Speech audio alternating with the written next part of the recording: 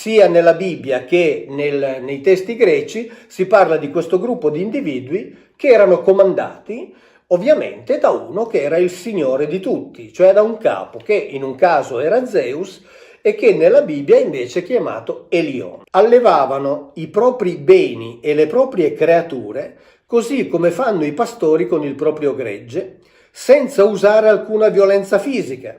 Yahweh qualcosetta in più lo ha fatto, ma sappiamo era un militare. Non come i pastori che portano a pascolare gli animali frustandoli, bensì come solitamente si fa con un animale mansueto, guidandolo da dietro quasi fosse un timone, dimostrando di riuscire a convincerlo e a conquistare la sua anima secondo un progetto ben definito.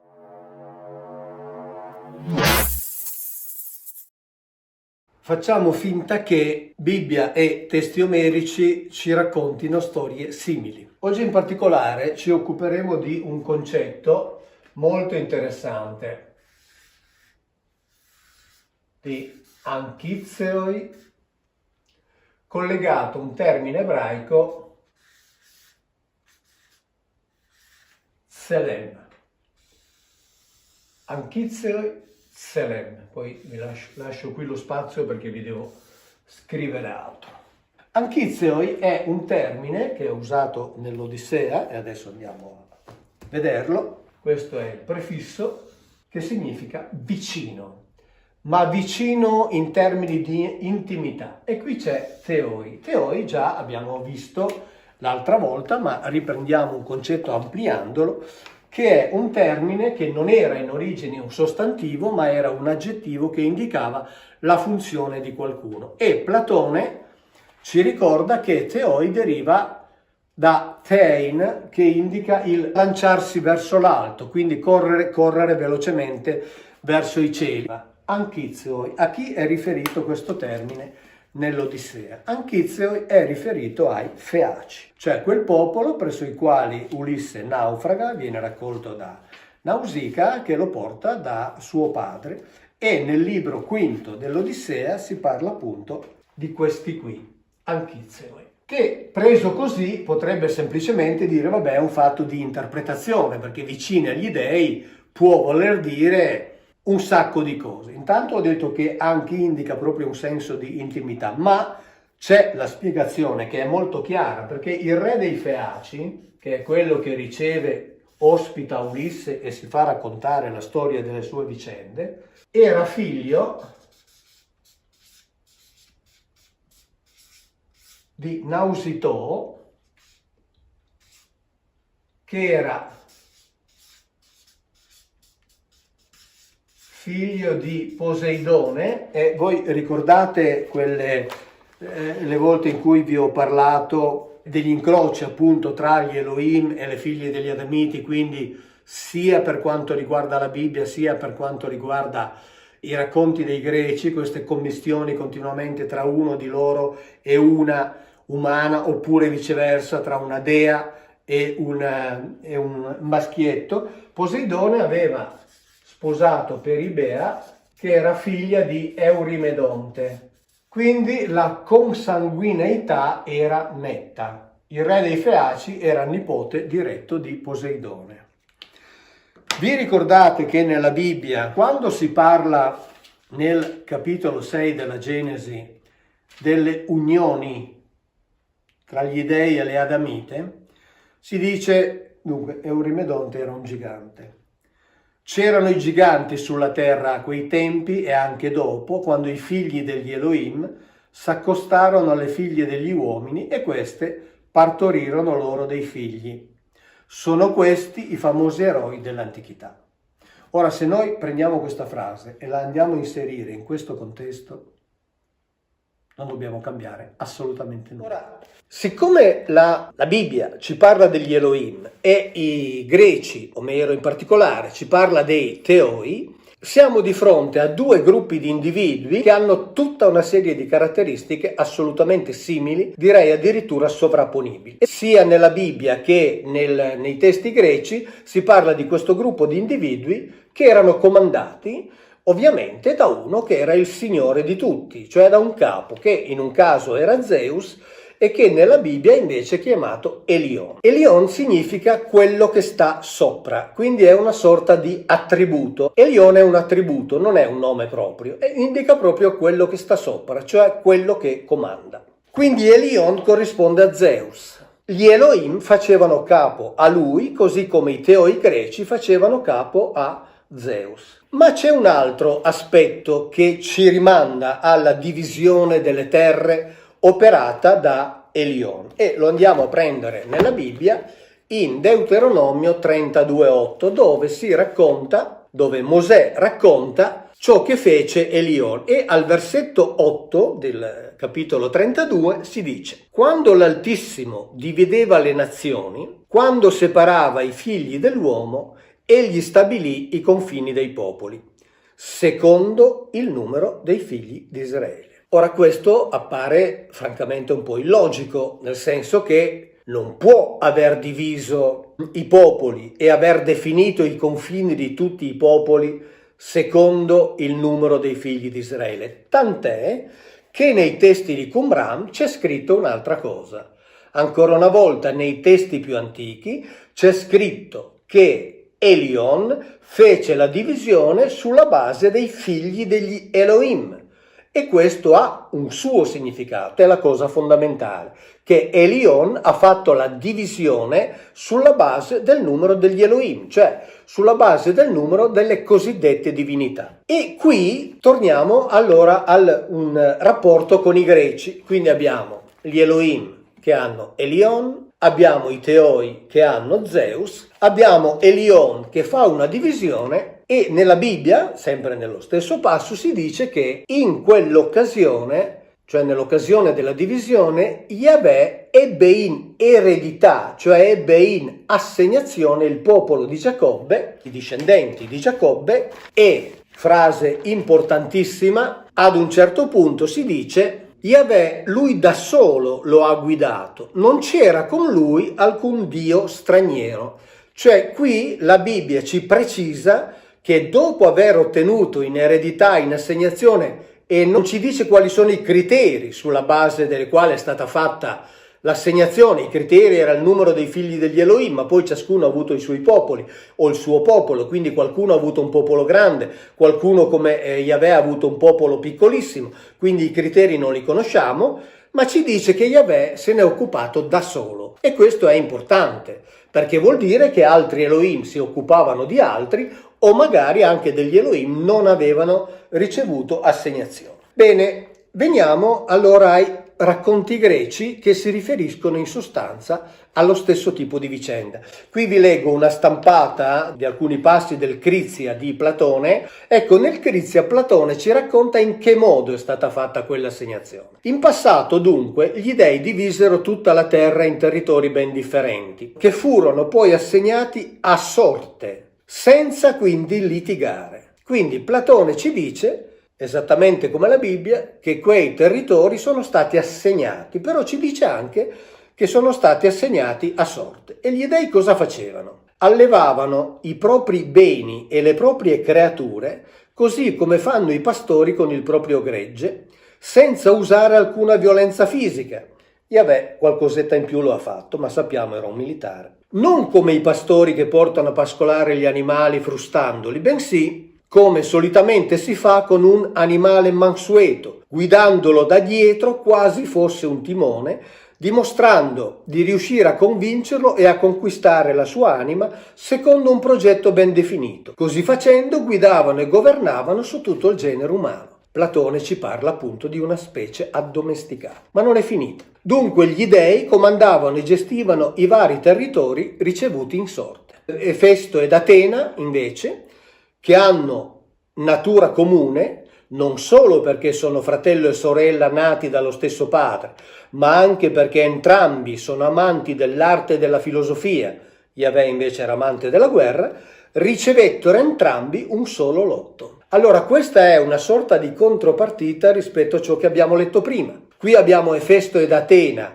che ricevono un solo lotto. Nella Bibbia c'è scritto che Yahweh si è occupato da solo di quel popolo che gli è stato assegnato. È stupendo, perché veramente, se noi ci dimentichiamo per un attimo qual è il significato artificioso che è stato attribuito alla Bibbia, ci accorgiamo che in realtà ci stanno raccontando esattamente gli stessi eventi. Perché torniamo al racconto sia di Alcinoo e dove si parla di Mercurio, cioè sapete il messaggero degli dei. Allora Mercurio viene mandato a compiere una certa missione, siamo nel libro quinto dell'Odissea, disse così: non fu sordo il messaggero Argeifonte. Subito sotto i piedi legò i sandali belli, ambrosi, d'oro, che lo portavano sul mare e sulla terra infinita insieme col soffio del vento. Cioè con i due piedi uniti su questo sistema col quale lui si spostava. E se dall'Odissea andiamo all'Iliade, per esempio, ora qui si parla quindi di un viaggio per il quale Era si sta preparando e al libro quinto si dice: Era braccio bianco, frustò i cavalli che si slanciarono ardenti a volo fra la terra e il cielo stellato. Quanta distesa d'aria abbraccia un uomo con gli occhi, assiso sopra una cima, guardando al livido mare, tanto divoran di slancio gli alto-nitrenti cavalli. Intanto qui osserviamo una cosa, che in un attimo questi cavalli percorrono una distanza di circa 20-25 chilometri, che è quella che un uomo, stando seduto su un monte, riesce ad osservare guardando l'orizzonte del mare. Quindi già ci dà un'idea della velocità a cui viaggiavano questi cavalli. Poi arriva nei pressi di Troia e quando si ferma versò molta nebbia. Però per quanto riguarda i piedi uniti c'è un altro discorso. Noi siamo abituati a pensare a Mercurio, l'abbiamo letto prima, come il messaggero alato, come se fosse l'unico ad utilizzare quel sistema di movimento che prevedeva un qualcosa che si metteva sotto i piedi e che quindi li teneva uniti e col quale si viaggiava. Bene, questo sistema viene utilizzato ancora una volta anche da Era e poi da altri, perché per esempio nel libro 14 dell'Odissea, Era, di nuovo in partenza, dice: sotto i morbidi piedi legò i sandali belli. E poi con questi sandali belli cosa fa? Era d'un balzo lasciò la vetta d'Olimpo, venne giù nella Pieria, nell'amabile Emazia, si lanciò verso le cime nevose dei Traci che allevan cavalli, vette altissime, coi piedi non toccava la terra. Dall'Atos si buttò verso l'ondoso mare, poi incontra un'altra divinità e assieme, pensate, qui lasciarono il mare e sopra la terra andavano, sotto i piedi loro piegavano le cime dei boschi. Modo di viaggiare che prevedeva di avere un qualcosa legato sotto i piedi, i famosi sandali alati, e questo qualcosa consentiva di viaggiare rasentando la superficie terrestre, rasentando la superficie del mare, rasentando le cime degli alberi al punto di piegarle. Quando si parla dei cavalli alto-nitrenti, di cui abbiamo detto prima, alto-nitrenti è una traduzione poetica, bellissima, letterariamente molto apprezzabile, fatta appunto dalla Calzecchi Onesti per l'edizione in audio. Però ancora una volta non rispecchia la letteralità del greco, perché ypsekees deriva da due termini: ypsi, che significa in alto, e eke, che significa rumore, frastuono. Quindi questi cavalli, che sono ypsekees, non sono alto nitrenti, ma in alto fanno rumore, fanno frastuono, fanno fragore. Questo discorso del fragore, questo discorso del rumore è presente anche nella Bibbia ed è presente in un passo interessantissimo di un libro, nel libro di Ezechiele, siamo nel capitolo 3:12, dove Ezechiele, raccontando una delle sue esperienze, dico esperienze volutamente, non visioni, perché quelle di Ezechiele non sono visioni oniriche, lui era sempre sveglio. Ora, se pensiamo a visioni oniriche, dobbiamo pensare che uno dei più importanti profeti della religione giudeo-cristiana era uno che, diciamo, poteva avere qualche problema mentale. No, non ce l'aveva. Lui vedeva delle cose e viveva delle esperienze. In una di queste si dice: poi uno spirito, in ebraico ruach, mi sollevò e udii dietro a me un fragore di gran terremoto, mentre la gloria del Signore, in ebraico il kavod di Yahweh, mentre la gloria del Signore si alzava da quel posto. Quindi qui nella traduzione delle edizioni San Paolo, non nella traduzione di Mauro Biglino, c'è scritto che la gloria del Signore si alzava da quel posto. Era dietro la schiena di Ezechiele, Ezechiele non la vede, ma ode il grande fragore che produce mentre va verso l'alto, esattamente come i cosiddetti cavalli, o se preferite, tanto facciamo finta, i motori del carro di Era, tanto facciamo finta. Ma io almeno lo dico. Allora, siamo esattamente nella stessa situazione. Noi potremmo prendere questo e dire che il kavod di Yahweh è un upsi eke, fa rumore in alto, fa rumore quando si alza. Poi qui prosegue, tra l'altro, ma soltanto per curiosità vostra, poi lo analizzeremo in altri momenti, udì il fragore delle ali che si battevano l'una contro l'altra e contemporaneamente il fragore delle ruote e il rumore di un grande frastuono. Cioè non ci sono dubbi. Siamo esattamente nella stessa situazione. Partiamo per un attimo dalla Iliade, dai poemi omerici. Qui siamo nel libro ottavo dell'Iliade, dove si racconta di un momento in cui Era, cioè la moglie di Zeus, e Atena, la figlia, decidono di entrare direttamente in battaglia per dare un aiuto all'esercito per il quale loro parteggiavano e che in quel momento si trovava in difficoltà. E allora che cosa fa Atena? Atena decide appunto di entrare in battaglia e, vestendo la tunica di Zeus che raduna le nubi, quindi si mette la tunica di Zeus per entrare nel combattimento. Chissà che cos'era questa tunica. Poi dice: di armi si circondò per la battaglia affannosa e balzò sopra il carro fiammante e afferrò l'asta greve, grossa, pesante, con cui ella atterra le schiere degli eroi, se con essi si adira. Bene, quindi allora si veste in un modo particolare, sale sul carro fiammante e prende un'arma speciale. Bene, questo gesto non piace a Zeus, il quale avrebbe voluto che i suoi rimanessero esterni a quella contesa tra i greci e i troiani. E allora Zeus cosa dice? Ma il padre Zeus, appena le scorse dall'Ida, dice le scorse perché entrare in battaglia sono le due, Era e Atena, s'adirò orrendamente e mandò l'ambasciatrice Iri ala d'oro. Iri veloce va, mandale indietro, non far che davanti mi vengano, non è bello venire alle mani. Cioè qui sono dei che veramente contendono, litigano, lottano tra di loro. E dico questo che certo avrà compimento. Attenzione, io spezzerò sotto il carro ai loro veloci cavalli le gambe, le sbalzerò dal cocchio, fracasserò questo carro appunto, che qui viene chiamato la biga, e neppure in 10 anni guariranno le piaghe che può loro infliggere il fulmine. Cioè qui viene detto che questi cavalli che portano in alto e che guidano e che fanno procedere i carri si trovano sotto i carri.